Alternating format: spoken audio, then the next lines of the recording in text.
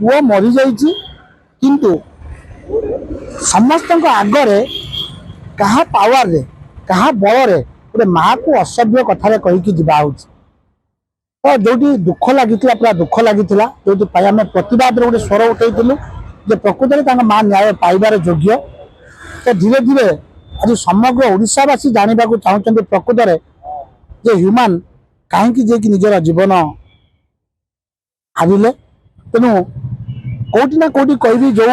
manager माने जो एबे पूरा थिले दंभरे कहते आम 2 वर्ष पूर्वर आम मेडिकल आम देखुलु आम सेवा करूँ जो कहते जो डॉक्टर कोटि ना कोटि कहते यदि 15 दिन पूर्वर ह्यूमान को जब ट्रिटमेंट कराई था हूँ तो ह्यूमान बची जा पारि था